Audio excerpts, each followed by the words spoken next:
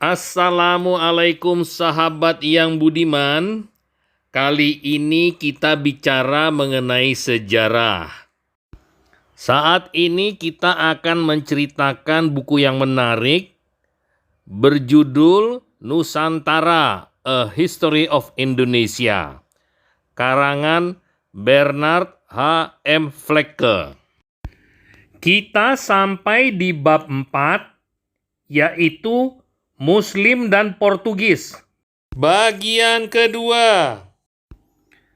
Pada episode ini kita akan melihat hancurnya kerajaan Majapahit. Sebagian orang mengatakan bahwa hancurnya Majapahit disebabkan oleh Islam, kata beberapa orang atau sebagian orang. Benarkah itu? Kerajaan Majapahit kehilangan banyak kemegahannya pada seperempat terakhir abad ke-15. Para raton mengatakan penghancuran tanda kutip keratonnya terjadi pada tahun 1478. Tapi kita tidak tahu pasti baik tentang tanggalnya maupun peristiwanya. Menurut kalender Jawa, tahun 1478 Masehi adalah tahun 1400. Akhir suatu abad dipercaya menandai titik balik dalam sejarah orang Jawa. Jadi, sekedar fakta bahwa suatu abad sedang berakhir dapat dianggap alasan cukup untuk mengubah tempat kediaman raja. Kalau perubahan ini tidak dilakukan dengan sukarela, ia dapat dipaksakan oleh kekuatan yang lebih tinggi. Artinya, bencana besar yang akan menghancurkan dinasti yang sedang memerintah bisa terjadi. Bahkan ada bukti bahwa pada akhir abad keturunan Hayam Wuruk digantikan oleh satu keluarga pemerintah yang lain yang menyandang gelar Girindra Wardana. Makna nama ini kira-kira serupa dengan Sailendra. Tampaknya raja-raja baru itu ingin menekankan bahwa mereka sah, tanda kutip, menjadi penerus atau kalau bukan keturunan dari para pembangun Borobudur yang akan memungkinkan mereka mengklaim penguasaan atas seluruh Jawa. Setelah kematian Hayam Wuruk pada tahun 1389, suatu periode panjang kekacauan politik tampaknya berlangsung.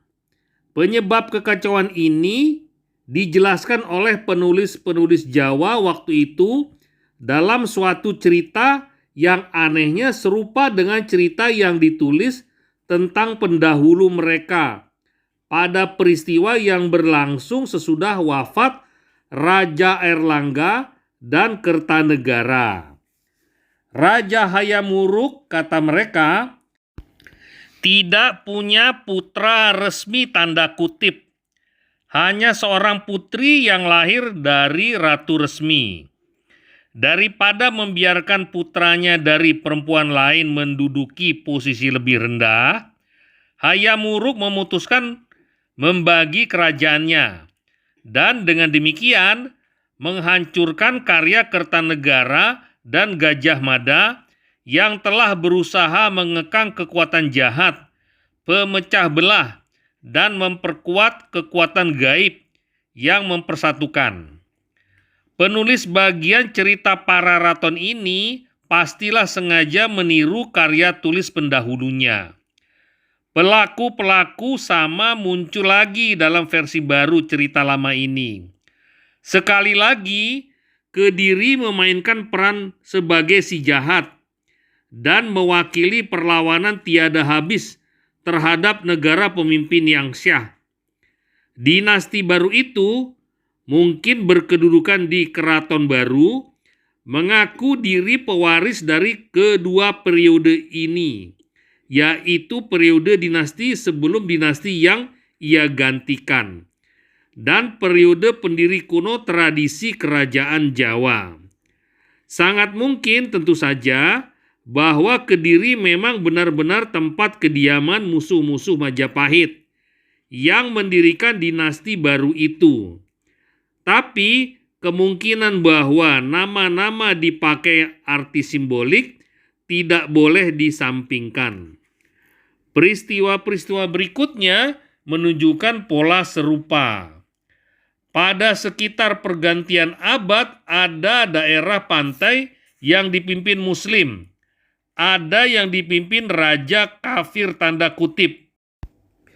Cirebon, Demak, dan Jepara semuanya ada di bagian tengah pantai utara, berada di tangan kaum Muslim. Begitu juga Gresik dan Surabaya di pantai barat Selat Madura. Di antaranya terdapat kota Tuban yang penguasanya menganut ajaran Islam, walaupun dia dan rakyatnya mempertahankan cara kehidupan Hindu Jawa. Pada tahun 1513, Tuban digambarkan sebagai satu kota bertembok yang kecil dengan tidak lebih dari 1.000 penduduk. Di dalam tembok ada sejumlah rumah benteng milik keluarga bangsawan yang menarik penghasilan dari tanah mereka di perdesaan. Raja Tuban berusaha menjalin persahabatan dengan tetangga-tetangga yang Muslim dan juga dengan musuh mereka, Portugis, yang pada sekitar tahun 1511 datang ke Jawa untuk pertama kali. Dia juga memelihara hubungan baik dengan penguasa pedalaman kafir tanda kutip yang kuat, yang terhadapnya dia menyatakan kesetiaan dan yang mungkin adalah penerus raja-raja Majapahit. Walaupun ada keyakinan pribadi, dia tampaknya jauh lebih tertarik melestarikan struktur sosial dan politik tradisional negerinya daripada menyebarkan Islam. Kota-kota pantai di timur Surabaya dan seluruh Madura masih di bawah penguasa Hindu Jawa pada awal abad. Perseteruan umum terjadi di antara banyak penguasa setempat itu, tapi hampir tidak ada bukti ekspansi Muslim lewat peperangan ke Jawa bagian timur pada periode itu. Tapi bagian baratnya terus-menerus di bawah tekanan raja-raja Demak. Mereka sudah menaklukkan Cirebon pada sekitar 1475 Masehi. Lalu menyerbu dan mengalahkan Palembang dan Jambi di Sumatera. Tampaknya semangat menyebarkan Islam hanyalah satu motif kecil dalam politik Jawa sekitar pergantian abad. Penguasa pusat dari kerajaan-kerajaan yang paling kuat, Majapahit atau penerus-penerusnya, telah melemah sehingga raja-raja lokal bebas melakukan apa yang mereka suka. Bukan tidak mungkin bahwa jumlah perdagangan yang meningkat antara Indonesia di satu pihak dan India dan Cina di pihak lain telah membantu beberapa daerah pantai yang sebelumnya tidak dikenal berkembang menjadi pelabuhan yang kaya. Penguasa-penguasanya ikut aktif dalam perdagangan ini. Mereka membawa rempah-rempah dari Maluku dan mengapalkannya ke Malaka. Untuk itu, mereka mungkin terbantu oleh pengalaman niaga pedagang Gujarat dan Melayu yang mereka dukung untuk tinggal di kota mereka atau di sekitarnya. Walaupun para pedagang itu tetap dipandang sebagai orang kelas bawah. Sedikit saja dari kapal mereka dibuat di Jawa, di mana hanya Rembang di antara Tuban dan Gresik punya dermaga dan pembuat kapal berpengalaman. Sebagian besar dibeli dari pembuat kapal di Pegu di dataran rendah Burma. Kalau kita percaya pada kesaksian Portugis, dan bila kapal itu lenyap, sulit diganti. Kalau hal ini benar, berarti maraknya perdagangan Jawa pada akhir abad ke-15 disebabkan oleh perkembangan di luar. Dengan begitu, hal ini memperkuat daya tarik Islam bagi penguasa-penguasa pantai Jawa. Selama berabad-abad, raja-raja Jawa terbiasa memanfaatkan praktik keagamaan sebagai cara untuk meningkatkan tenaga dalam atau kekuatan gaib mereka. Bisa dimengerti kalau mereka memandang Islam dengan cara sama. Peningkatan pengaruh agama baru itu di seluruh Asia Tenggara membuktikan kesaktiannya.